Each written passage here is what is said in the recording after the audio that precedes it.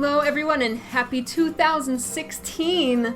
The first GuildGab for 2016 is episode 24. This is a show all about everything Guild Wars 2, and today we're going to be talking about Wintersday and giving feedback, impressions of our Wintersday experience, and it is not over yet. You still have until Tuesday to get all your Wintersday fun in. And we're also going to be discussing our predictions for 2016. We don't really have much official from ArenaNet, no dates or anything about anything that's coming in 2016, but there's, yeah, well, totally lost my train of thought. Anyway, we'll be talking about that. I'm out of practice, it's been a couple weeks. My wonderful co-hosts are MMOINKS, Alex of the RPG Shack, and Corvus Plays.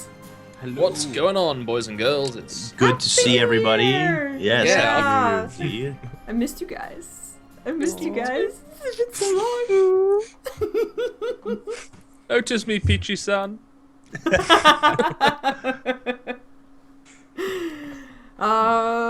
Wintersday. Yeah. For me, Wintersday has become synonymous with drinks. More Wintersday gifts and more drinks. Yeah. So, the jumping puzzle's back. It's I do like that jumping puzzle. I am ace at that jumping puzzle now, man. 10 Wintersday gifts per completion. I can do it 12 times in 30 minutes. That's my record. Wow. Awesome. Check you. I don't have the patience for it. No, I mean for doing it like that. Like I did do it, and I did get, I did complete it or whatever I needed to do, but I didn't do it 10 times in a row or whatever. No, I've only done that once because people were actually asking me, what's your record? What's your 30? Because you have a 30-minute window. If you can get into an instance at the very beginning of the instance, you have 30 minutes before it'll hop instances. And because it's technically a PvP zone, it actually tracks your progress. It tracks how many times you've completed it. And so people were asking me, where have you gotten? What's your highest number? What's your record? So there was only one time where I was like, okay, I'm actually going to try. I'm actually going to sit here for 30 minutes and concentrate on nothing but the jumping puzzle. and I ended up getting 12. But other than that, oh no, I'm watching something on the side. I'm AFKing and then getting kicked out, So... It's funny fun. Because I think someone else, Bobby Stein's wife, who I follow on Twitter, was saying she actually tracked her blood pressure or something, and it would go sky high in the jumping puzzle. Oh my god! I think I'm the same way. I get in the jumping puzzle, and for whatever reason, and I don't really have a big problem with it until I get to the presence part. If I'm going to fail the puzzle, that's where it's going to happen. Mm-hmm. If I pass that part, then no problem. But I get in there and I tense up and I'm like, I need to focus, and I can't just have any other distractions going. I don't know what it is, but the jumping, maybe because it's timed or whatever it is about the jumping puzzle. And not that I find it super difficult or anything, but I get in there and I feel like I can feel a mood change in myself where I'm like, I need to just focus and do this. and doing that for 30 minutes or an hour or something, I just couldn't do it. It would I don't know, drive easy maybe. Yeah, it's kind of, to me, it's that nice area between the normal in-world jumping puzzles and the clock tower, in that it's a little bit of thinky, but it's very, very doable, and it's just nice to kind of drop in, do a few, get your presents, and then kind of go, ooh, something else, and jump around and do it like that. I much prefer bell choir. That's totally mindless for me. I could do that for hours. So badly at bell choir. I'm so bad at it. I don't understand. Hannah says hi, everybody. By the way, she's hello. But you're a musician. How can you suck at bell? Do you suck at Guitar Hero? Because it's basically Guitar Hero or any one of those games. I suck at Guitar Hero as well. How awesome would it be if I could hook up the guitar or something? Guitar Hero, and play bell choir. That'd be amazing. Yes. You could probably do it. But you would. Because the problem it's just is numbers. You just have to use software to bind the inputs. Yeah, that's true. Right. Yeah. The problem is you'd only be playing a third of the song because you either play the upper, middle, or lower part. Yeah. So you'd only be playing part of the song. That's a cool idea. I just can't do it though. I don't understand. Like someone told me, oh, you're supposed to hit the bell when the colored blob gets to the rim of the circle that you're standing in. I hit it there and I still die. I hit it everywhere else and I just can't do it. I just can't do it. Huh. But the weird thing is, like the achievement to get the thing for 10,000 karma. I mean, you have to hit like 3 right notes and you get it. It's ridiculous. Yeah, it's so easy. Mm-hmm. Which I'm sure we'll talk about. Everything is easy except for 10,000 drinks. 10,000 drinks. Yeah, I mean, I know that the Scottish like a tipple, but it's probably a bit much even for you, isn't it? For me. I'm at like 5,000, just around 5,000 at the moment. I need like 9 because I was away for so long. I need like 9,000 more. Yeah, it's not going to happen anytime soon. Yeah, but the good news is about that, and I think this was quite a cool reaction to it, was that the food and the drinks achievement for the Winter's Present skin, they're going to be doable all year round. So anytime you use a Wintersday drink, tonics as well, by the way, I think tonics also are a count. much cheaper way to do it. Oh, I didn't know that. Tonics count as drinks. Now you can't spam them. You can't right-click consume all, and there's a couple second delay between each one. But tonics do count. I was wondering why they were worth like 6 or 7 silver. I'm like, everybody why are really these wants tonics to be worth a so snowman. much? I've just been like, whatever. It's funny because whatever tonic, I firmly believe at some point we're going to get this tonic wardrobe or something, right? At least for endless. I hope so. For endless, some kind of storage for them. So anytime I run across a tonic in the game, endless or not, I put it in storage somewhere. So I did check, and I seen that they're worth like 7 silver a piece, and I'm like, why are they worth so much? But I just store them up. Yeah. Yeah. And I think there's the candy cane achievement for eating candy cane, and I think all of the peppermint foods also count as candy canes. Yeah. Yeah. And it's interesting because there's always going to be a constant supply of Wintersday gifts as well throughout the year, because if you complete the little meta event, you know, the orphanage thing where you where you go around and you still have to do the Bloodstone soup quest, don't you? I think. Yeah. And at the end of it, you get the Imperial fragment chomper, and you get a Wintersday tree in your home instance as well. So you're always going to be able to get your own Wintersday gifts. It's just going to take you a while. Yeah, 300 a year. It's like not even a fraction. Yeah, I've just been farming. I've been saving up my Wintersday gifts and trying not to open them. I open them before for the daily, but that's it. And I try and do as many dailies as I can because that also gives you Wintersday gift. And buying them also for karma from the Wintersday vendor. I do that too every day. And I think I still I think I'm just shy of 3,000 Wintersday gifts, and you know that's with the 2,000, well actually like barely 2,000 that I already have drinks. You know, all that, and that's only half. Like it's crazy. It's crazy. Yeah. It'll be one of those things that I'll do throughout the year, just like trick or treat. Atomic Samurai was saying, just like trick or treat bags, I'll buy, you know, several hundred throughout the year or whatever as I go along and do it. So, I think it's fair enough, right? Because it's like an aura item, and all of them so far have been pretty tricky or rare. Yeah. But I just think it's weird that like all of them are so easy, and then there's just this one part of it that's super hard. I think it would have been better if all of them were kind of medium difficulty. If you maybe had to Like, do like all balanced. of the activities like 10 times or something to even it out a little bit. The problem with that is I do have sympathy for people. There's some people who just can't do the jumping puzzle. They just can't, or they can't do Bell Choir. They can't, you know, no matter how hard they try. And you know, I especially at the beginning of Wintersday when everyone was trying to do their 3 of every activity.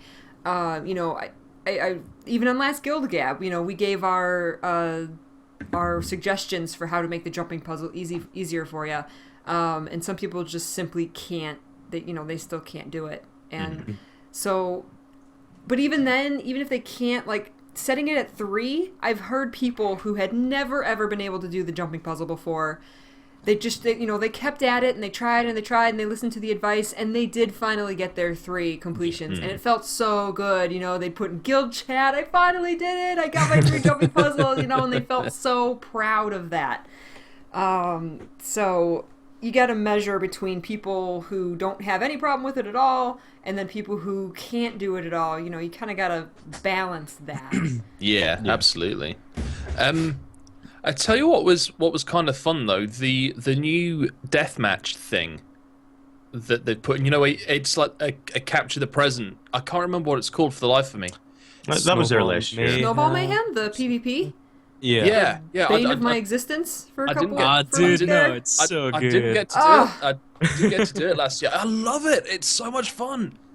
Oh my god! It should have a better reward. I think a higher present reward would be. Yeah, definitely. Oh but to be honest, because really cool. It's so fun just on its own. The matches take a lot longer, right? So it should have higher reward. They do. But it's so cool. I didn't realize that you could choose different kind of professions within the thing, so you can be an ice wizard or a scout or a heavy or whatever. I just loved it.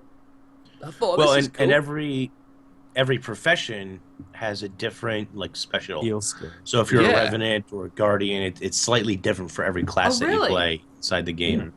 Like if you play a gunner, everybody has the same gunner skill, but is it the heal or one skill is different? The heal skill is different on all of them. Really? Excuse me. Yeah, one skill is different for every class. Otherwise, skills are universal for everybody playing. I think elementalists get a little ice elemental is their one. Yeah, they do. It's Necros get a mark and it just inflicts chill. It's not very good. Huh. Guardians get a little a spirit slingshot that follows them around. It's so cool. Dude. It's cool. I had no idea. I've only ever done it on my Guardian, so. Huh. I still hate it though. I still hate it. I must have I must have done it 20 times to get my 3 wins. I was just always on the wrong team. Always on the wrong team.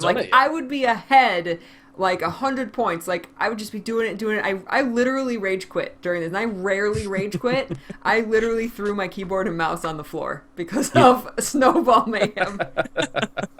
I'm sure there's a very good reason why this doesn't happen, but what I wish was when you play that Mayhem that it counted for PvP track reward progress. That would be good. Because if you played it that way and got some reward track progress, maybe not anything else for PvP, just reward track progress, so that you could work on maybe the Wintersday reward track while you're doing Mayhem, and that way you double up on rewards a little bit. And stuff. Because you are going to spend more time and stuff in there. Yeah. And like we said, the rewards need to be a little better. But I don't know. I would feel like I was making some progress if I made some PvP reward track progress. And I'm not talking about gaining extra ranks or whatever, just reward track progress. Yeah. The only thing I can think of is you can't take a team in, can you? It's random. Correct. Yeah. It's random. Yeah. Unfortunately. Yeah. But maybe there would be some way to single that if they made it like a PvP thing. No pips for snowballs. If they made it a PvP thing, maybe there would be some way they could single it out and make it a team joint event or something. Oh yeah, absolutely. It would be I cool don't to so put much it in Heart of the Mists as well, just for a seasonal activity. It'd give them something a bit more in PvP. Maybe you could move the whole thing to Heart of the Mists and remove it from, and then just let players know. Have an NPC there that says, "Take this portal to go to the Heart of the Mists to play Snowball Mayhem," or whatever the case is. Yeah. I don't know. I think it would be cool. That would be cool. But yeah, they spoke out about the fact that you couldn't, a lot of the activities you can't go in with a party or anything, and they said it was just mechanically something they can't do right now, right? Or something to do with the systems. So fingers crossed for next year, though. It'd be really good. Yeah, absolutely. That would be awesome.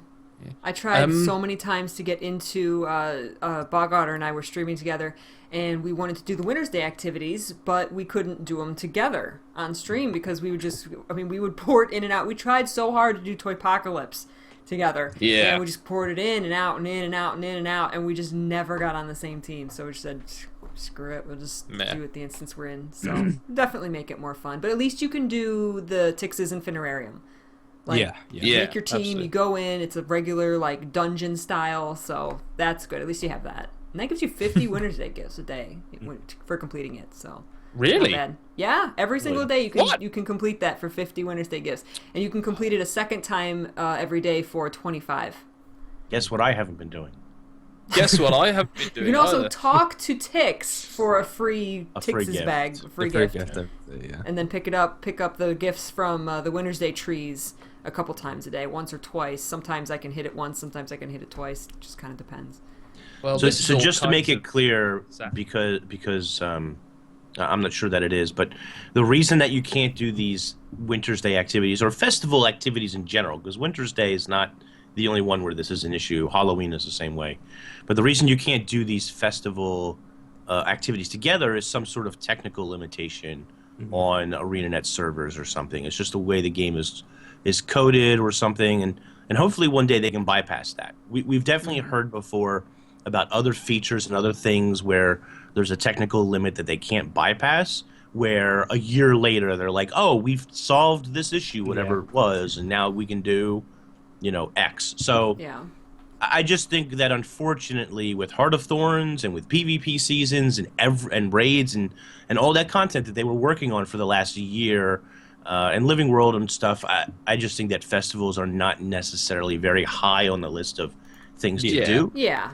And so That's that technical limitation doesn't get as much resources as it would take to probably bypass something like that.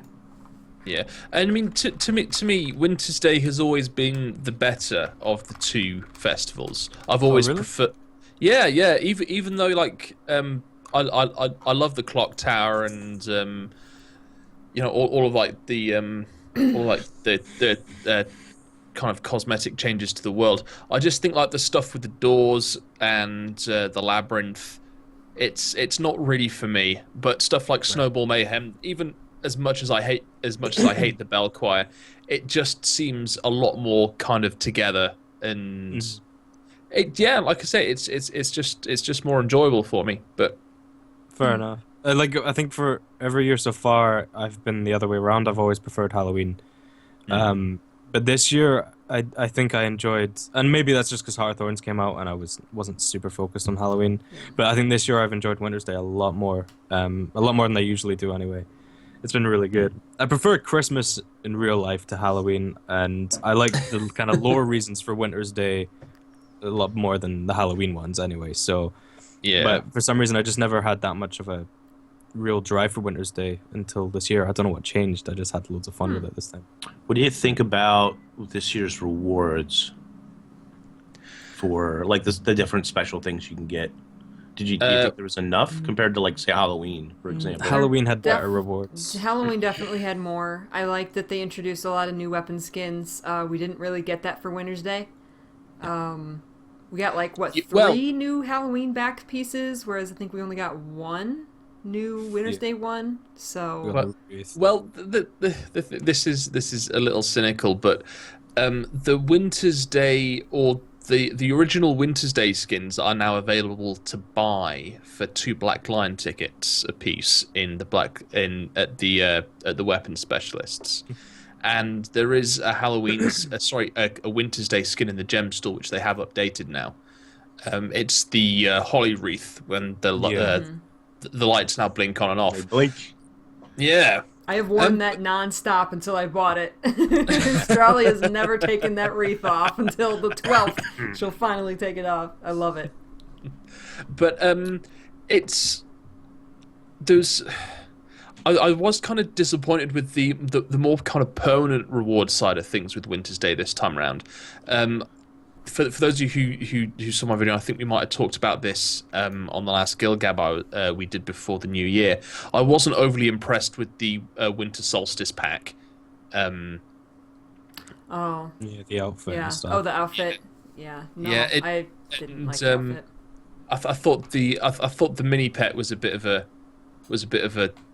because it was a reskin of the dragon, the snowflake dragon. Are you kidding me? That was one of the coolest items they released. It's a amazing. reskin of a pet just a you reason. could get for free, and So Yeah. they do reskins all the time. It looks completely different, except for the head is basically just I a really ghostly like dragon head. But have you seen that thing when it goes? Psh, it flies up in the air and snowflakes go everywhere. Sometimes I look at that. I'm like, I really don't need the shoulders. I just need this dragon. I'll just stand here and it'll fly and put snowflakes everywhere. I don't know, it does look cool, but to me, I couldn't quite justify it. Justify paying. Yeah. But the I can justify that way more than I can justify the arrowhead. Yeah, that arrowhead thing. Yeah. I've not had to look at the arrowhead yet. What does it do? It's nothing. It's really Nothing. Does it even Nothing. roll? Does it even not- roll It doesn't around? roll. It doesn't No. even roll. Do you even... All right. Mini rant because Here we go. Our I mean, resident I- expert. Starting I mean 2016 I've with been a mini bang. collector since day one. I love collecting minis. I'm a big collector in games in general when it comes to these things. And I don't have every single mini pet, but I have a lot of them. Especially like the gem store ones because let's face it, it's easy to just buy them off the gem store. But the prices, and I've talked about this a lot of times in videos here on GuildGab, prices are all over the place. But consistently, the last year or so, we've seen that the average price is about 350 gems for a single mini. Whether I like that or not doesn't matter, but that's what we've come to kind of expect. So with Wintersday, you have a couple of new ones. I forget how much the snowflake guy was, but he had a special effect. You know, he rains snowflakes when he does his twirl and whatever. So he has some animation. Then you have this new trend with the chests, and we have a Wintersday present, and those are 400 apiece. And in my mind, those are a bargain because you get the mini, and for the angry chest, you got 2 minis for 400, so that's 200 apiece. And for the angry Wintersday present, it was 400 gems, and you got a glider with it. Yeah. Whether or not you like the glider, whatever. But you paid 400 gems for 2 skins. So again, you're getting a bargain there. Then you have Tizlak come out, who's 200 gems. Far below normal, the average price, which is a good thing, because he doesn't really do a whole lot.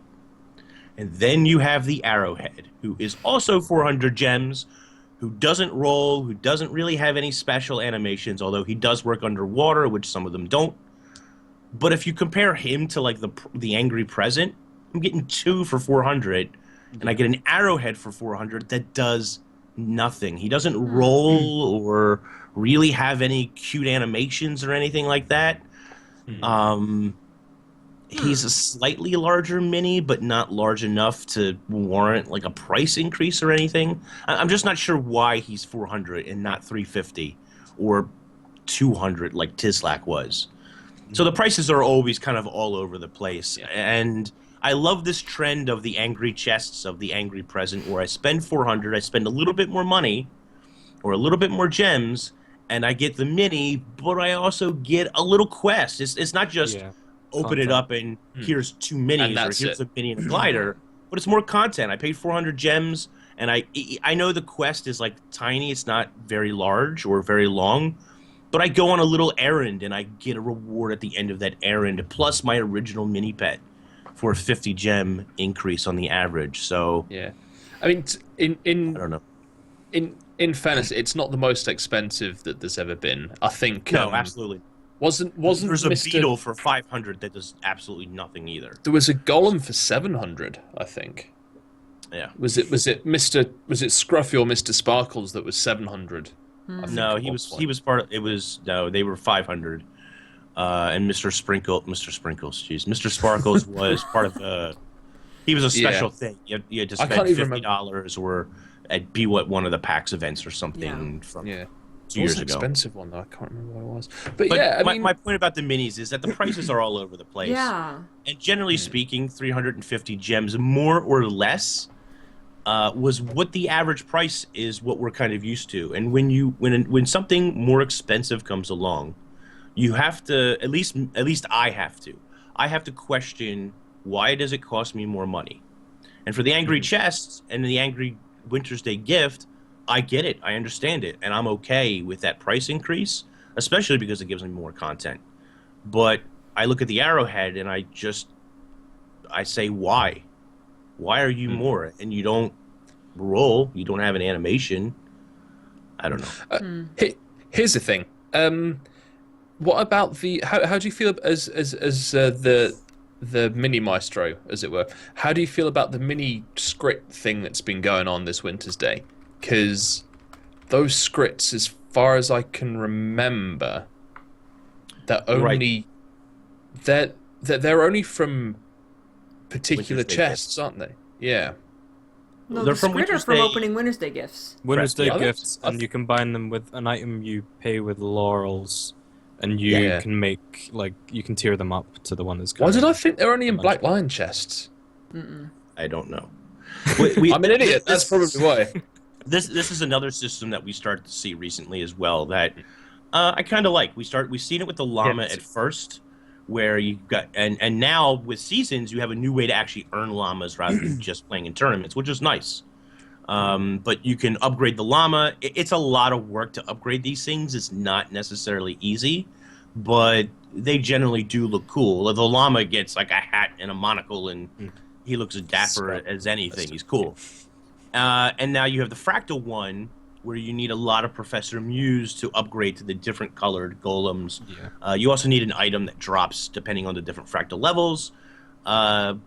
That's pretty cool. I don't really mind that one either. And now we have the Wintersday Scrit. You need a ton of them, so you're probably going to trading post to buy a number of these. Yeah, it's like You 16 need of them. I think. 16 all in all. but Wow. it's I not. might have made a video about it. Yeah, it's Wow. not too overly crazy to upgrade this thing. It is a little costly. It is a little time consuming, but the other materials you need are not too like. They're not too expensive. It's not asking too much, I don't think. So I happen to like those as well. This upgrade Yeah, thing. I think it's cool. They've I think changed it's the a shame Fustabu that recipe as well this year. Oh, Yeah, I can't remember what it was when I originally made Fustabu in 2012, but yeah, they've changed his recipe this year. Yep. Yeah, But yeah, snowmen or something. that is the one time I will admit to liking Quaggan, because as soon as I saw Fustabu, I had to have him. This is a Quaggan with a Santa hat. I finally got my Foostaboos. It was 3 mini snowmen, which are new for this year, I believe. No, Yes. no, they're I've not had one draw. It's an old mini, but now they drop from presents as well, Presents. right? Yeah, I Yes, think they yes, were they very Which do. they didn't do before. They didn't drop from Oh, presents. okay. Yeah, Okay. Yeah. Fustabu, so And then cool. Flawless Snowflakes. It's nice that they gave us a use that you can upgrade the tiny snowflakes up all the way up gosh. to Flawless, and then Yeah. there's so many things that use Flawless Snowflakes now if you buy stuff from the Wintersday vendors. So I have that's so really nice. many snowflakes.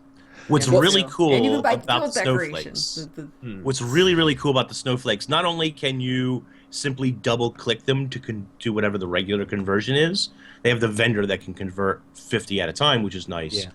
Yeah. And then once you convert them all the way up, you can turn them in your guild hall to make the snow platforms, which everybody has found. I mean, they're just awesome. You can stack them and make stairs and ramps. And Yeah. Yeah. There's tons of videos out there and stuff of people doing some really crazy things with them. Yeah, really impressive. Besides just putting them all over the Peachy Party Guild Hall, I had a request the other day in the golden mind is just blanking. The golden Guild Hall. Gilded Hollow. Gilded Gilded Hall, Hall. thank you. The second best guild hall currently available. First in Guild best Wars. Guild Hall, you hush. Definitely the first best, Alex. If you don't have the workshop, the scribing station upgraded, there is, when you run from the waypoint where you waypoint in over to the scribing station, there's this hole that's really easy to fall down if you're not paying attention. So I had someone yesterday go, I keep falling down this hole. Why is this hole here? And they're like, maybe we should patch it up with those snow piles. So I went and bought like 5 snow piles and patched up the hole. Yes, a practical use for the snow piles. Dear What do we- me. What do we think about the other decorations for the holiday for scribing? And There's the Guild big Hall and ice stuff? sculpture. I'd tell you if I had enough funds Yeah, to I tell make... you if I had any interest in spending What? 10 million gold to scribe anything. I really just don't pay attention to scribing. I Until they Ice change it, Dragon I or have no something, interest can't in it. Mm. You can make like a big old ice dragon. You can make I think a dragon. It's a moose. You make Moose. it's a A reindeer. reindeer. A reindeer. It's You can a get a reindeer. giant ice reindeer. it looks really. And there's like an ice block, and there's Christmas trees, and there's wreaths. The decorations themselves are extremely cool. The amount of materials you need to actually make these things, like the snowmaker, awesome. Mm-hmm. But it cost you like almost 50 gold to make a snowmaker, like 40 something. It's ridiculous. Matsta was telling me the materials you, besides needing scribe up to a particular level, the materials you actually need to make some of these things are, they're just, it's crazy. I love the decorations. I love the look of them. I love that they're in the game. I just wish I could actually make them to decorate. Yes. Like I want to 100%. decorate, but God, it's so expensive to decorate. I wonder if Like, that'll it's be crazy. addressed at all.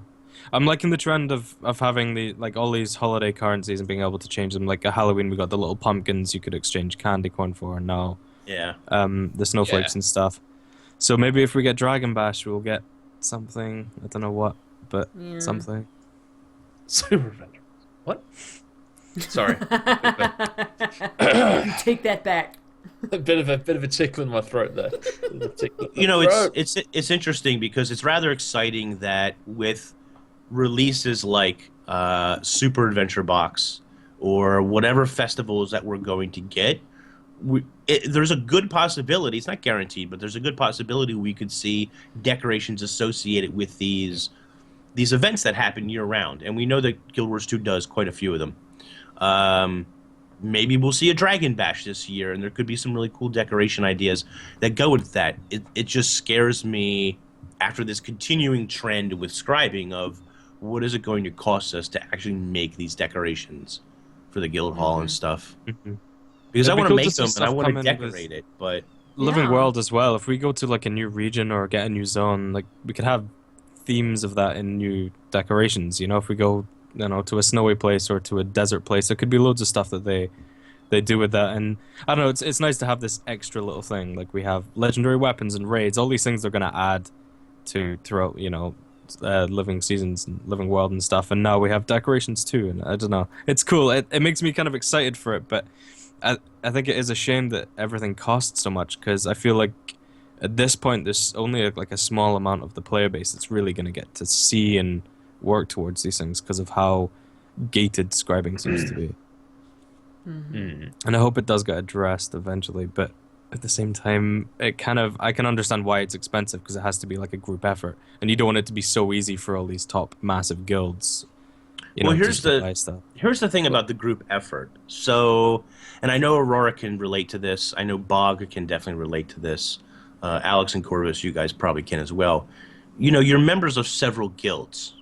Yeah. So when you make these things, when you donate your materials, which guild do I donate to? Do I donate to the Peachy Army? Do I donate to the Bog Ottoman Empire? Do I donate to Maven that I play in all the time? Do I donate to ATT, who I rep now and again? Like, who do I give my materials to see all this stuff? And that's kind of an issue, right? I only have so many resources to go around, so I really kind of have to just pick one guild that I favor the most and give everything to them, so we can maybe see some of these cool rewards and these cool decorations. It's just a bit of a shame, because I would love to spend time with everybody, and I would love to help out and give resources to everybody, but it doesn't make sense because of the amount of materials you need to give 2 carrots to Peachy and 2 carrots to Bog and 2 carrots to Maven. Yeah. What, like, you know what I mean? Why would I do that? That's just, you know, if you have more guilds, you have the advantages of those guilds, not necessarily directly from the guild hall, but, you know, your camaraderie and your friends and all that kind of stuff. But I totally agree with what you're saying. So you do just kind of have to balance. Like me, I donate to both PG Party and Maven, because those are my main 2 guilds, and I just kind of balance it. Like, you know, if someone in Maven says, hey, we need, the other day Mazda was saying, someone was saying we need like 200 mystic coins and nobody has any mystic coins. And I went and looked at my bank. I'm like, I have 600 mystic coins just sitting in there. So I went and donated them. And it's just like, how do you have so many mystic coins? Stash. And so that like made me feel good because I was able to contribute something that was just sitting in my collections tab. You know, and you know, I had 600 of them, so giving 200 of them away was like whatever, you know. But I made that significant contribution to the guild, and so then it made me feel good. And you know, I think you just kind of have to balance it, and you know, let's be honest, some of these guilds who have almost 500 people in them, you know, when you have only 20 people of those 500 who are seriously donating, you know, yeah, it's going to take a while to build, and you're going to have to, you know, people who are generous are going, okay, I have 3 guilds that I main. What am I going to donate to which one? You know, I think that maybe the guild leaders need to step up and kind of encourage not just those 20 generous people, you know, and just because you're donating to a guild, to the guild hall, and you hear about how it's so expensive, well, you could either have 10 people donating 50 ectoplasm each, or you could have the entire guild each donate 1. And if everybody gave 1, it wouldn't be so expensive to everyone. But in the nicest possible way about my dear Thorin and Company. Here it comes. That I'm no longer guild leader of. But when you're in a 500-man guild, there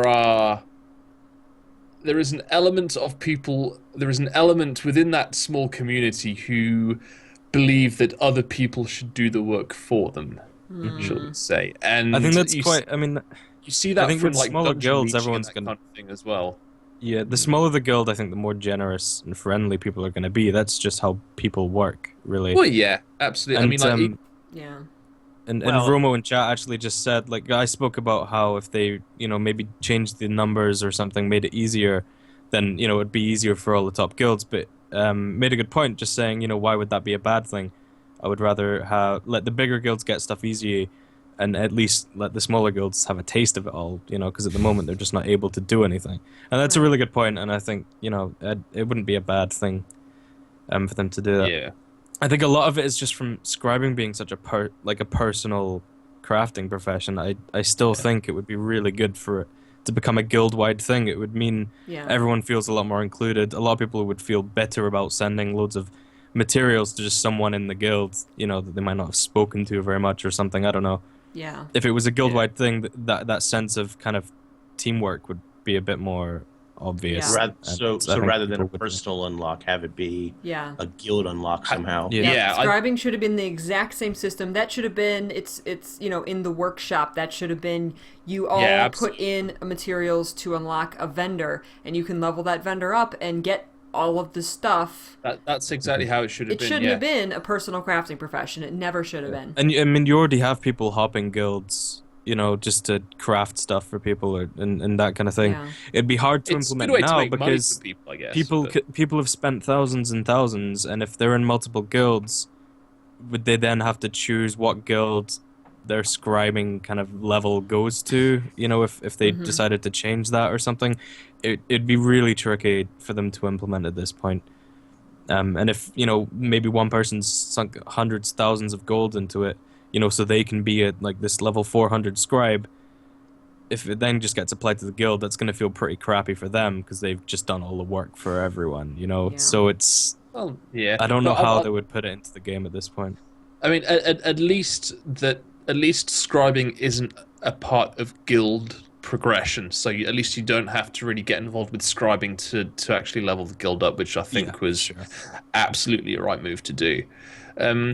That said, like, it's kind of interesting how I was thinking about this the other day, that scribing in a way reflects a lot about what Guild Wars 2 ethos about endgame progression is supposed to be, and that everything you do with scribing is cosmetic, isn't it?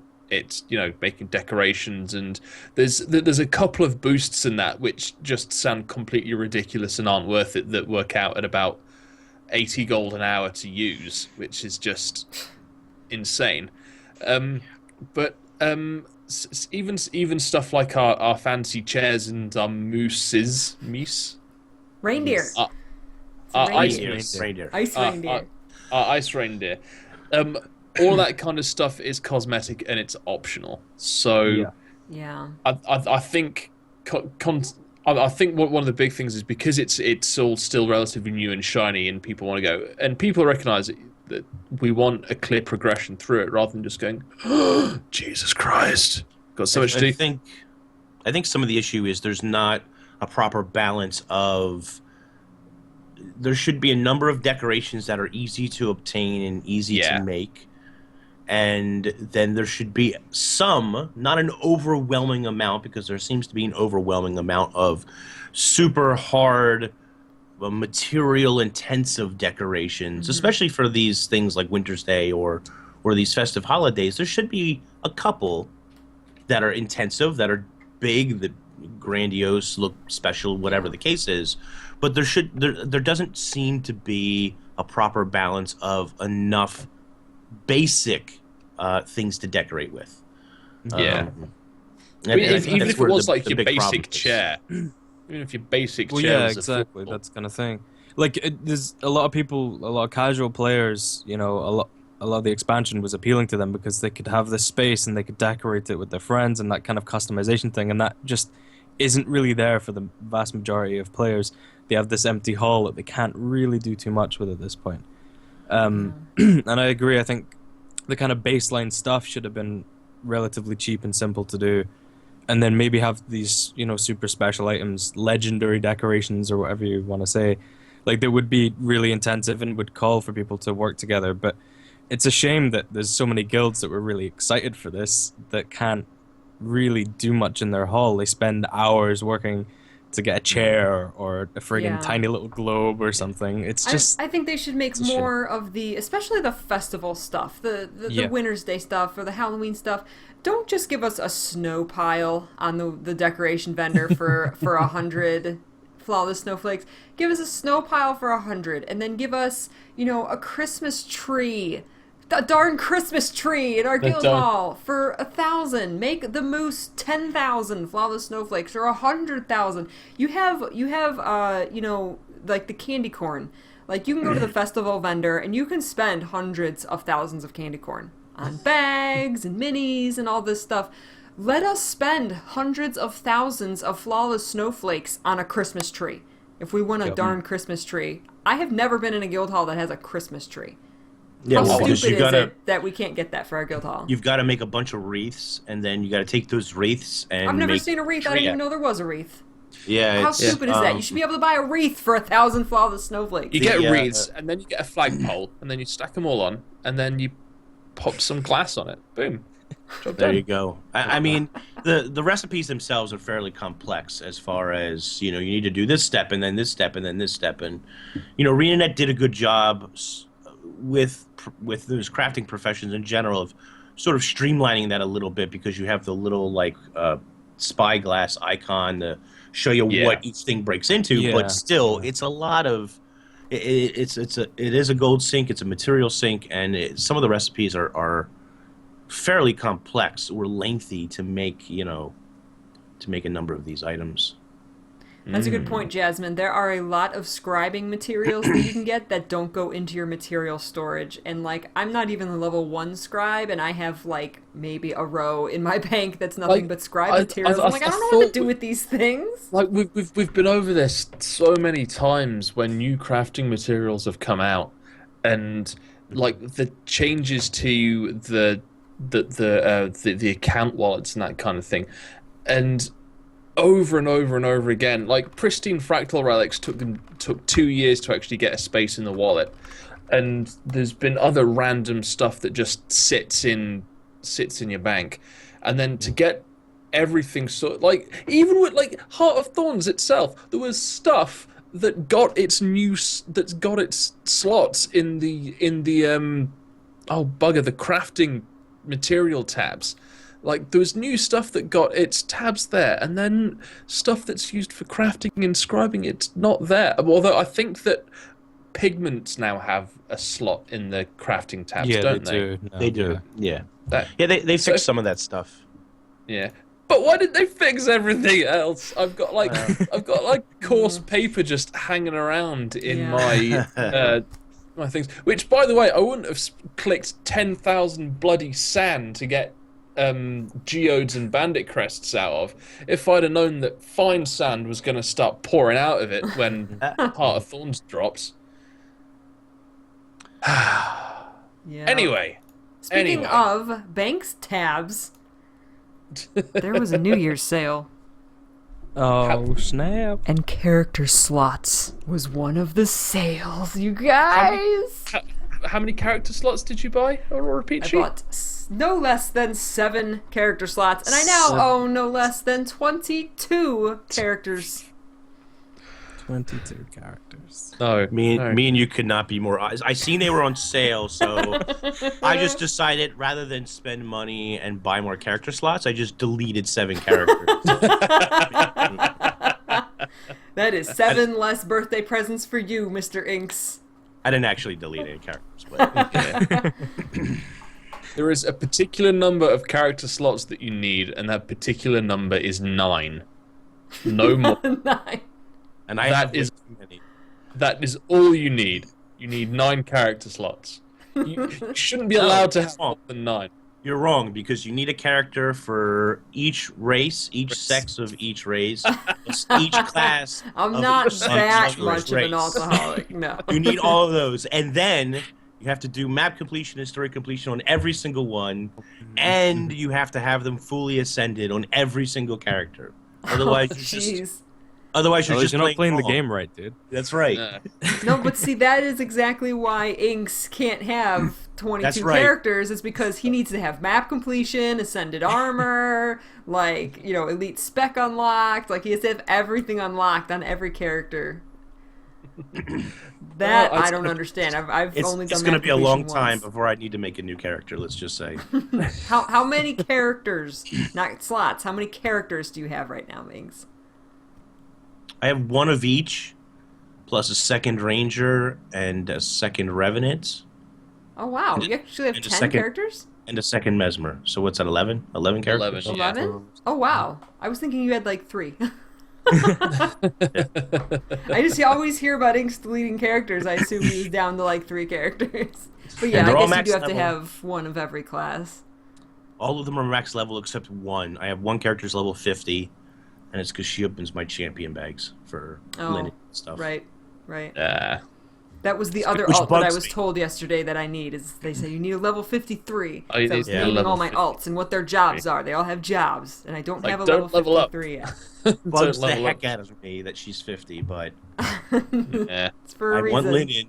Yeah, exactly. I have to be honest. The reason I have those characters back is for 2 reasons. Number 1, PvP. I don't have all the achievements for the different classes, and especially with leagues now, like you need to win 5 games with each class.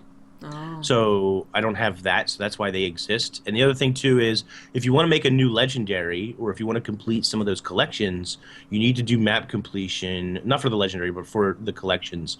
You need to do map completion on each class, the new maps, that is. So even though I don't necessarily play an elementalist very often, if ever, but I need it if I want to complete that collection, if I want that achievement. So Right. that's why I have them. Otherwise, I would not. But yeah, there was some pretty good stuff on sale over Christmas. Like we said, it's apple juice, is it? It's tea. Somebody made a comment. It's tea. It's tea. It's not Jack Daniels. I promise. Yeah. Yet. Yeah. We'll see how the year goes. But yeah, so there were bank tabs as well. Yeah, the On first day there was 2 days. Well, there was bank tabs, character slot, and then the all the home instance ore nodes, cloth node, lumber node, all the nodes were on sale.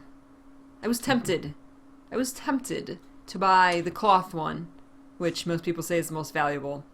It is actually. Yeah.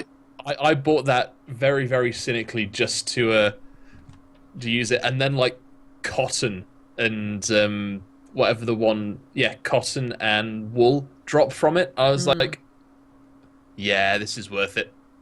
I don't know. I So was seriously considering getting it until someone said that any of the ore nodes you would need to mine them every day for about 7 years to make up the cost, and I was like, Look, I don't buy them to make money. That's not why you buy these things. yeah. Oh no, absolutely. You buy them to like kit out your home or whatever the case is. If you want to have doing it people to make over, money, if you want people to come over to your house, you get the ore node. Say, hey guys, you can come over my house, do some mining, do some lumbering. You can make money if you go on LFG and advertise your instance. Yeah, you can. And ask for donations. I made a decent. That's probably the Oh. best that way to make for a money while. from I've it. Because actually you see a never lot of heard of people that. with like, I've got all the nodes, 1 gold or something, or however much, or my 50 house, silver or something. we have in Maven, she's also part of D-Top, but we have little Miss who, she has like everything unlocked in her house. Yeah. And I know a number of guild members, especially when we do guild missions, she'll say like, who wants to come to mine everything and whatever. So Yeah, it's very cool. I've got everything except the Elder Wood node, because do you remember when we were doing that live stream last year, Corvus, and we were giving stuff away, and I opened a Black Lion chest on stream, and that Elderwood node came out and I said I'd give it away, and it's the only one I need. Idiot. Oh, dude. Oh, no. It was just before Elderwood became worth something again as well, which was really frustrating. Yeah. I'm sick of wood now. I've been doing Nevermore, and I've needed so much spirit wood. I can't handle it. I think I've crazy. cracked it. So I don't worth need it. any more. Dude, it's gonna be so worth it once you have that staff. Yeah, it's gonna be good. It looks cool. It looks cool, man. So I guess that kind of leads on to what are our goals and that kind of thing. What do we want to get done in the new year? Finish Nevermore. Eventually get the 10,000 drinks, and pray every day that the dagger has some icy theme to it, the new legendary dagger, so I can finally finish up legendary. My list is incredibly long. I'll never finish it in 2016. But something interesting last night that I noticed, and some of you guys may know about this, but the fractal chests, the encryptions, they have a chance to drop the aetherized skins. I'm saying that wrong. Oh, really? It is aetherized. Aetherized. Yeah. Oh, wait. Yeah. Yeah, I think so. No, they have a that's chance right. to drop. Right. Yeah. So I went to look on the trading post last night. Most of those skins are only like 20 gold a piece.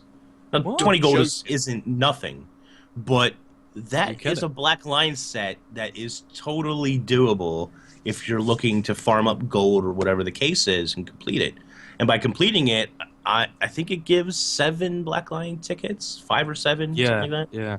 It's gonna load You up can just ram that towards straight through and make a couple hundred gold. That's crazy. Yeah, I mean, Wow. there's a lot of those skins, and 20 gold a piece.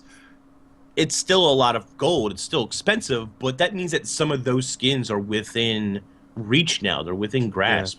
And if you do fractals because a they lot, were you so might get lucky. expensive, weren't they?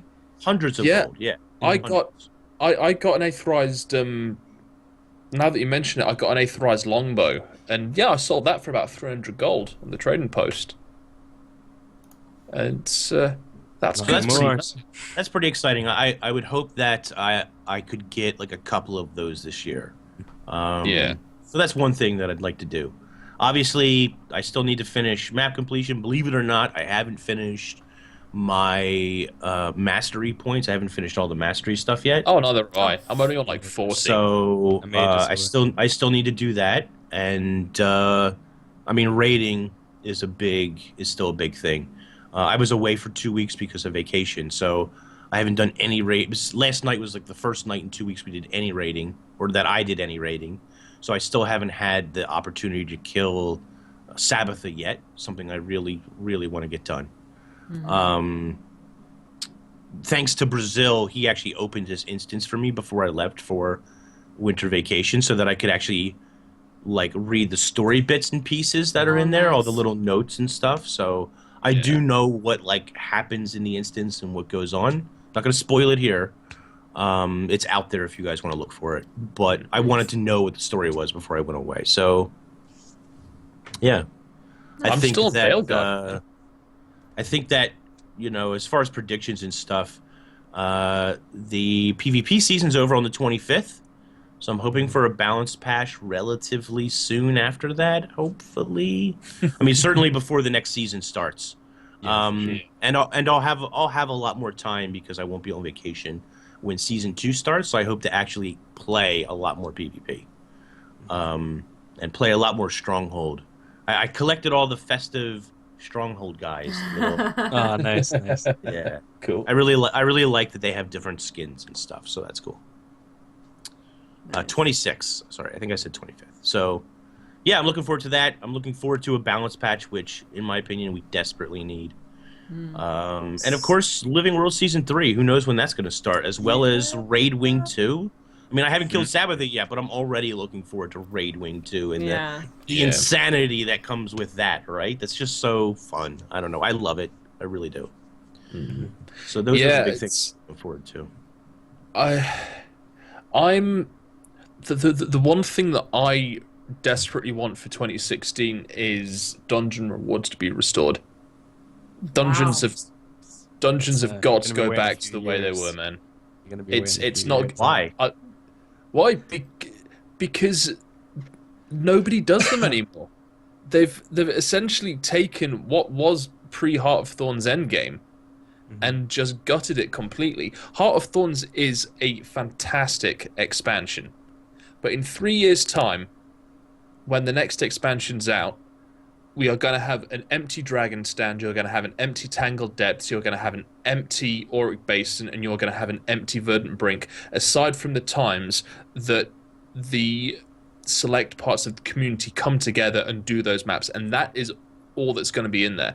I think I already talked about the fact that I think that there is a big skill leap between raids and dungeons, and I don't think, and the way that fractals work at the moment, there's no incentive there for people to do anything more than do their 3 swamps a day to get the reward, and that sadly true. That for me is a massive problem. Even with the fractal dailies, if they just said, right, you've got to do 3 different fractals to get the daily reward, that would be a start. But with dungeons, I think that we kind of like ran through them and just like, oh yeah, anyone for a quick AC 1 to 3, anyone for a quick cough 1 or whatever. But that doesn't happen anymore, and I think that's really sad. And even though it gave you a little bit of gold and that's been taken away, a little bit, 50 gold plus a day if you ran the gambit, right? Yeah, I mean, let's not. It's not that I totally disagree with you. I do think that they need to re-incentivize dungeons 100%. 100%. I agree. The problem is that we have seen a crazy amount of inflation in 3 years in Guild Wars 2. A crazy amount. How do you fix that? I mean, I honestly don't have a proper answer on how you fix it. Right now, I think the answer is gold sink, gold sink, gold sink. The problem is there's far too many players in my situation of being eternally broke. Yeah, or absolutely. Not making a lot of money. Now, if I really focused and put my mind to it, I could make a lot of money a day forgetting the trading post. If you're good at playing the trading post, you're always going to make tons of money. Yeah. But I mean, how do you re-incentivize dungeons? If you add the gold reward back in there, you continue to have this inflation problem. As a matter of fact, it gets worse because now with the new maps, which give a fair amount of rewards and those materials value, which will fluctuate over time, you're inserting gold into the economy rather than silver waste, which I agree is unbalanced as well, but you're inserting materials there. And so that therefore you're swapping your money around and not necessarily creating money. Dungeons create gold. Absolutely. I think the solution is somewhere between what Silver Wastes is and where dungeons were. I think that reevaluating the roles of dungeon tokens would be a good start, because I mean, if you desperately want to make money, you can still farm your dungeon tokens per day, and salvage the stuff for ectos and that kind of thing. It's just that my concern with dungeons has always been well, I mean, obviously, my own reasons as well, because I just don't get a chance to sit down and for 2 hours and play Dragon Stand every couple of days. But for people who do just want to drop in and play a couple of hours and get a little bit of gold that they can start to work towards something with, and I think they're also a really good training ground for newer players as well. I think that's their greatest kind of asset thing for sure. Who when you start to deal with situations where you have a fluid instance where you have little events going on and there's a story that kind of takes you through, even in the explorable instances, and you get a nice bit of a reward at the end, I think that kind of prepares you for some of the bigger meta event maps. Because as great as it is, there's this thing that now happens in the Heart of Thorns maps where if you're inactive for too long, it actually takes the credit away from you for doing those events, which is a great thing. It stops people leeching and everything. But once you're in a map, you have to be invested in it for 2 hours. And to me, that kind of goes a little bit against of Guild Wars 2 as being the casual MMO. Obviously, now we've got the introduction of raiding. They're stepping away from that a little bit, but that's what people wanted. I don't have a problem with that. I just think that entry-level endgame needs a serious rebalance at the moment when it comes to rewards. Right, I think the dungeons are important for new players massively, I think. Because even just going to Silver Waste, things are a bit more tough and a bit more organized there. And it gets them thinking about their builds a lot more. It gets them introduced to the new kind of stat sets and stuff like that. It's like you said, it's a really good training grounds for that stuff. Plus, they're finishing their story, they're playing through that, and they're getting mails about the dungeon. They're interested in it. They want to explore those things. And if no one's there, then it's sad, really. The gold, I think, needed to be removed. Well, not removed, just moved. I think shifted up to fractals, that kind of thing, just to better suit, who and what dungeons are for. But they definitely, I agree, that they need some kind of incentive there. Not gold, but something else. What about adding some new unique skins? Drops in I each thought dungeon that, or something like that. It's a lot of great work, idea. and it'd be easy for people. But it's it'd be really easy for people who know, just to run through and farm like crap, so they would kind of lose value there. They could add new things to spend tokens on, but again, people have thousands of them already. Yeah. I don't know, something to maybe a daily, something that rewarded something, or maybe they added, you get the map rewards for doing events. Daily dungeon runs. Get a daily reward for it. That's a great idea.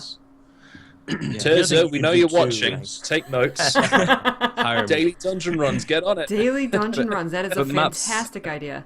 Maps also have the kind of the little bonus materials or items you get for completing events, like the map reward. Something like that, maybe the dungeon counts for that, or something like that. Just a little thing. It's a way to...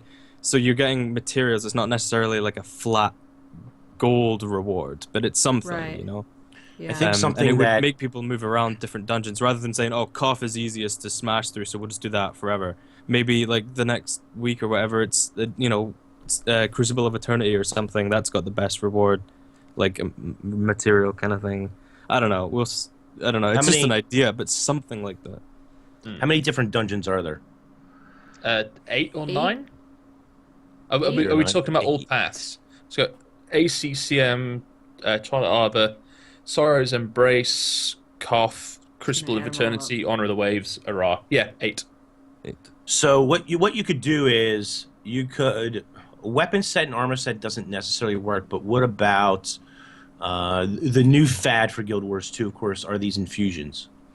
There needs to be some kind of breakpoint of an infusion that works both in Ascended armor and exotic.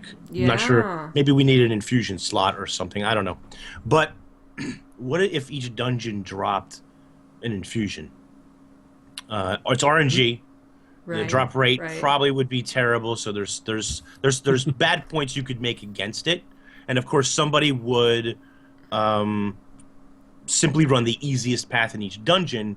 Right. What they could do is for the longer dungeon pass or the harder dungeon pass, the unpopular ones, they could maybe up the drop rate for those or give you some kind of bonus for the drop rate to encourage you to do those other paths, perhaps. But or there's an RNG item that can drop kind of like the 4 map pieces. If there's 4 explorable dungeon paths, you need that drop from every dungeon. Oh, dude, that's from cool every idea. path. And once you So have you all get 4 of them, you 3 can or put them 4 together, parts the 4 combine of them in them. Mystic Forge or whatever, and put them together into this infusion. They've been adding those polymers or whatever you call them, those infusions. There's a chalk one now, a chalk egg one or something that's colors around you, like that's just a random drop from like chalk or something. So putting something like that into, and it's worth like 4,000 gold on the trading post right now because it's so rare. Yeah. But something like that, a unique reward rather than simply changing the gold amount. To incentivize people. I think that whatever you do is going to have to be multi-pronged. I think adding a dungeon daily is smart. I think that adding this system that we just discussed here is a good idea. It also requires less work rather than creating an entire armor set or an entire weapon set. Create maybe one set or something like Peachy is saying where you forge something together to make that encourages you to run these multiple dungeons, and you're going to have to increase experience and stuff like that took kind of a hit as well. I think that needs to be kind of reinstated, rebalanced. The gold could maybe be rebalanced a little bit, but again, you don't want to go crazy on that because that was an issue before. Yeah. But rebalancing some of the rewards a little bit, plus adding extra incentive, plus adding this daily thing, I think all of those things could revitalize the dungeons. Because let's face facts, you're not going to be seeing new dungeon paths anytime soon, if ever. Yeah. No, Yeah. Okay. They just don't have the resources to go back through and re-outfit all those dungeons. It's going to take way too long. Raids, unfortunately, are the future. Fractals themselves, while better than they were at launch of Heart of Thorns, that needs to be reworked, and we know that there's a team that will be working on things like that as well. Yeah. So yeah, they need to do little. They need to keep things in mind that they can actually do with resources available. So small little steps that all attack the same problem is what I think players could hope for, rather than pray and wish for a total revamp of the system, because that's just not going to happen. And just injecting gold into the dungeon is not the answer either. No. I don't think. Nope. The one thing I want from dungeons is these are all great ideas. I just want all story modes to be soloable, as I think they should have been from launch. They all should have been soloable. Story modes, the fact that they changed story modes, just story modes. Yeah. There's a reason the explorable paths are there. That's for your 5-man dungeon crawl. Yeah. You know, story They mode changed should the be Ara solo. to be soloable, so it makes sense, right? That's the hardest one, so why are that, the others... That's the only one that's required. There's really no reason, except if you purely want that lore experience, and it's really hard with all these new players to get a dungeon group now, more than ever, to get those story modes done. You know, I've only done most of them only 1 or 2 times, at the beginning of the game, and I hardly know the story of them. I would love to run them through. If they were soloable, I would love to go through again and learn the story of them again, but I don't want to get a 5-man team together to do it. Who's going to watch all the cutscenes? And no one's going to watch. Everyone skips or gets annoyed or kicks you for wanting to see. Yeah, it's not... It'd be good. That'd be an amazing idea. Yeah, it'd be nice to come in. I think the only reason that Aurora is currently soloable is because it's the only one it's required. It's the final chapter of the personal story. But you're getting mails. The story of the dungeons is sort of connected, right? Because right at the end, if the final chapter is everyone, Destiny's Edge coming together, the whole of that kind of chapter has been in all of the story mode dungeons anyway. Yeah. And to be honest, the biggest reason I want dungeons and the saddest thing about them being so nerfed is... And the idea that we're not going to get any more dungeons is so sad to me, is because it's extra story, you know? We're getting little tiny bits in raids, like very small bits.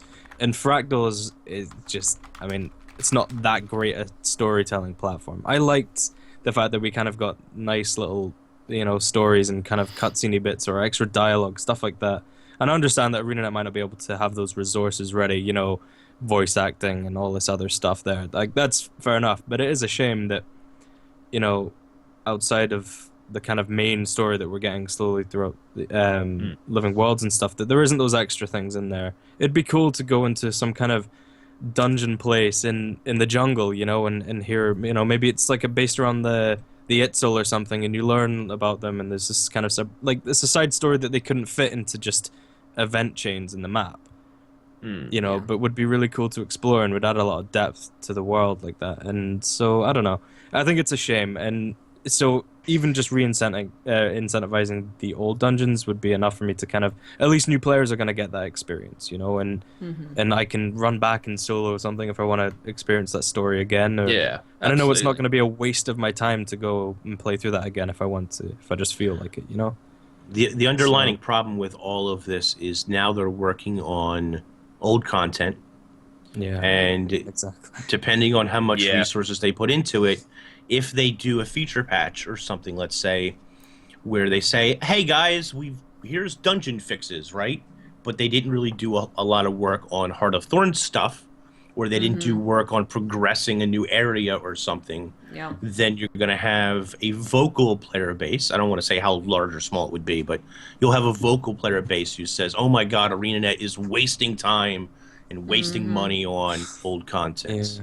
Yeah, that's the most fundamental problem. Yeah. So, fractals and raids and, the meta events and the new maps, that's the new end game content. That's where we are at the moment.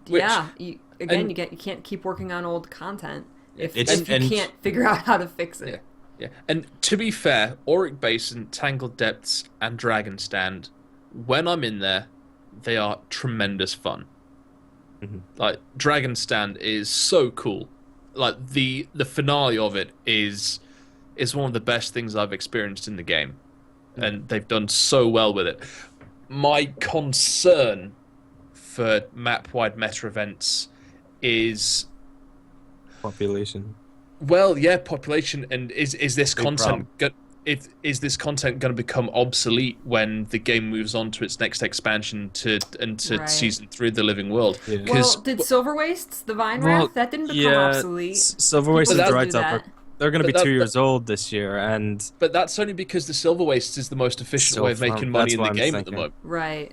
Like, half of me is like, well, look, it's still really popular, and there's lots of people doing events, and there's people farming, but then I don't know. I don't go into Dry Top very often, but that's obviously a lot less profitable than Silver Wastes. So Dry Top really is only ever done successfully when a group is actively pushing it. D-Top or whatever other group does that. So you need to find that group, or you need to be actively part of that community to know when that happens. Silver Wastes kind of naturally happens because of a number of reasons on the map.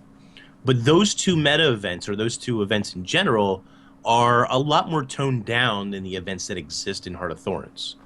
True. Heart of Thorns requires quite a bit more time, quite a bit more effort, and the fail conditions on a number of them, it's much easier to fail those maps than it is, say, if you fail an event that's part of Dry Top, so what? It's not going to stop you necessarily from getting to Tier 5. If you fail or you lose one of the keeps in Silver Wastes, so what? It's not going to necessarily stop you, right? Even when you get to the final thing in Vine Wrath, if you fail a lane or two, so what? You could still succeed and kill it. But it's so easy to fail Tangled Depths, or it's extremely easy to fail a number of those things that have to do with the new meta events. And part of the problem too, and that we'll see going forward, I think, is that if you're a new player coming into the game and you buy expansion 3 or whatever the case is, these older maps just won't be nearly as full. And so how are you effectively going to push Tangled Depths? I mean, there probably will be changes or something to it, maybe to make it easier to push or something. I just don't see the player population. I just don't think is going to sit around there for an extended period of time once we have new content. to push That's into. the thing. In future expansions, when everyone's in the Shiver Peaks or down, working their way to Alona or something, are people really going to be running Dragon Stand? I mean, there's going to be people that want that Laystone armor, like, drop or something, and there'll be people in Silver Waste wanting to go for the luminescent stuff, maybe, but I think a lot of people are going to be moving with the content, wherever the content goes. Yeah. And that's kind of what's happening. Dry Top, everyone was there, and then Silver Waste, and it was still mixed, and now we're in the jungle, less people in Dry That's Top. the natural progression of an MMO, though. And then that's just what's going to happen. Like, every game. It's going to suffer from just too much content. But Guild Wars tried to combat that by having the level scaling in their core maps, and that was to this day, I still think that is one of the best ideas. It's still phenomenal. Ever. When I play Guild Wars, I am all over the map. I don't just play, I don't just go to Dragon Stand, or I don't just go to the Heart of Thorns maps. Like, every single day, especially because right now, and this brings us back to, like, my goals and my my goals and my hopes for the new year. Pretty much every day right now, I don't have a specific goal. I don't have, like, a legendary that I'm going for, something that I'm, one thing that I'm working towards. So every day when I log in, I am all over Tyria. I am, between all my characters, I am, doing my Shivers Peaks minor dailies. I'm doing, my adventures in Heart of Thorns. I'm going to this map, I'm going to that map. I feel like every single day I am all over Tyria, and for at least, 10 minutes or so, I'm populating a different map all over Tyria. I'm not just concentrated in the new content. And for me, that feels really great because it keeps, I feel like the entire world is there for me to explore. It's not just this new area. Now, that's just me. That's just me because I log in, I do my dailies. I'm in Divinity's Reach, taking advantage of the Wintersday stuff, because during a festival, like, I want to do the festival stuff before it goes away. And I want to experience that and do that because everything else to me is always going to be there. So I want to experience all the Wintersday stuff. I'm doing the jumping puzzle. So I feel like there's still incentive to do so many things across the map, and with these new with the new precursor collections, that has you going all over Tyria. You don't just go to the jungle to get Nevermore. You're going all over Tyria to get all kinds of materials, and you're farming ore for your tier 6 mats and all the stuff that goes with making a legendary. So I just think that as long as they have those rewards and those collections, which the collection system makes this all possible and makes this all very, very, the rest of the game, the whole game, still viable and very relevant. And people are still doing world bosses and stuff too. Yeah, there's always bosses, people I'm all doing over there. doing world bosses. And I agree, and the whole world still feels alive. It's not like other MMOs where they put in a new region and then the rest of it's just empty. But I think the problem with these new ones is how organized they need to be. And I think a drop in population that puts that at risk. There's always going to be people everywhere in Guild Wars because it's designed that way and it's really good for that. But I worry that maybe the harder things, like when we have a new expansion, how many people are really going to be there working really organized to push Tangled Depths to the end? Realistically, I'm not sure. But there's changes to balance. They did that with Triple Trouble and stuff. They've made it that little tiny bit easier before, and it makes sense to for them to just work it with how popular the maps are. Scaling, yeah. Exactly. It's gonna have to in the future. It's gonna have to scale, differently than it does now. And I think we all have faith in ArenaNet enough to know that change will come eventually. When it needs 100%. to. When it needs to. And speaking of the future, they announced that there's Guild Chat this Friday, and Colin's going to be there. I think Lena's going to be there. So who knows what they're going to talk about, dude? Probably music. It's going to be music because it's Lena and Plain Deemer. So it's going to be music tomorrow on Guild Chat. So that's going to be yay. Which, by the way, I haven't picked it up yet. I should probably put my order in today. But on IM 8-bit, they have the record for the soundtrack, which is you can get the soundtrack digitally. Yeah. So good. It's also on Amazon. Amazing the soundtrack is soundtrack. also available on Amazon. I think it's That soundtrack is amazing. soundtrack. No. Really well done to both Some McLean and music. Lena for that Yeah, soundtrack. it's incredible. The soundtrack music's is phenomenal. Yeah, the music is, Yeah. is fantastic. It's really, really good. I'm so glad they released it. They released. No, it's the been so overdue, you know, soundtrack like all of digitally. season 2 stuff as well. Like people have been asking for the soundtrack to be available for so long, and Yeah. so good. That vinyl though, that vinyl. The vinyl. And it's Yeah, green. Just for a Yeah. collector's Wow. item. Green looks is like so my good. favorite color. It looks like an apple. It looks like somebody sliced an apple, like Yeah. open or something. A green apple or something. I don't know. So, yeah. But Awesome. Colin's gonna be there. Do you think he's gonna talk about Roadmap, maybe. some teasers. Wednesday wraps up? You know, wraps up next week. A roadmap next or Tuesday. some sort of roadmap like announcement would be like mind blowing. I think it's still the first, it's like the first week of the new year, so I could understand if they don't really give us a roadmap quite yet. I would have thought that they would have given us that in the blog post and then talked about it on Guild Chat. Yeah, that makes But so if not tomorrow, then hopefully next week we'll kind of get that roadmap of what's coming. Maybe. I wouldn't expect exact dates, but I would expect they're to announce another raid wing. Living World Season 3. An update on what they're going to do for PvP. Hopefully a World versus World revamp, which is desperately needed. Yes. So all of that. Season 3, man. I was just going to say that I think there's a possibility that he could talk a little bit about a World vs. World update because before they went on holiday break, Colin went to Reddit.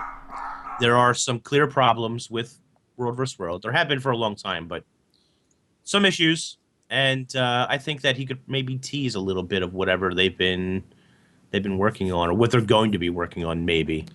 Yeah, I really hope so because the map that we've been given with Heart of Thorns for World v World is incredible. Like I don't World v World that much, and I know that the rewards aren't that balanced, but I don't understand why that map isn't full every single day. It looks incredible. Oh, the map's amazing. But damn you, I know- community, for wanting rewards for your time. I think that's it. Like mechanically, people aren't happy. The whole systems and mechanically. World v World, it's just not super big fan of. The map is gorgeous, but that's not really World v World. You could have like a textureless map in World v World, and if the mechanics were good, people would probably be happy because that's how they play. They're focusing on where they should be, what they're defending. What it's all about, like strategies Movements. like that, and exactly. There are some movement issues and some stuff like that. There's a whole for those of you guys who are really invested in World vs. World or really want to know more about it. You can go on the forums or Reddit. There's long laundry list posts of how the community feels about some of the issues with what's going on there. But Colin said they're working on it, and they said that they're working on updates to World vs. World. Something that, I mean, honestly, the game needs updates to World vs. World. It has for a while. It's getting attention. It'll get the love. I have faith that it's going to happen. Yeah, me too. Yeah. All right, we're going to wrap up the show there because we are over time. We'll talk some more in the post-show, so please stay tuned. Don't go anywhere. Thank you guys so much for watching today. Thank you guys for co-hosting. We're back. GuildGab is back. Baby. It is back. We're back. Yeah. So we will be back next Thursday at the same time, 1 p.m. Eastern. If you're watching live on Twitch, please stay tuned for the post-show and check out the links in the chat. If you're watching on YouTube, go down below into the description and click on all the links for more Guild Wars 2 content from the four of us. And we will see you again next Thursday. Take care, guys, and happy 2016! Bye-bye! You guys.